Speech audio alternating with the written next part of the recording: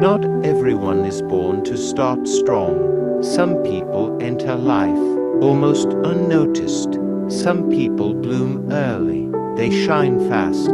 They get attention. Trong was never one of them. He moved slower than everyone else. And sometimes, he wondered if he was falling behind. But deep down, he knew he wasn't ready to rush.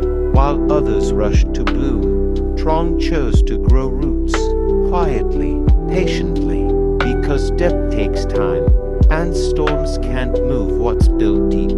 Time passed, and not everyone who ran fast survived the storm. When challenges came, Trong didn't panic. He had been preparing for this moment all along. The chosen ones often arrive late, not because they were forgotten, but because they were built to last.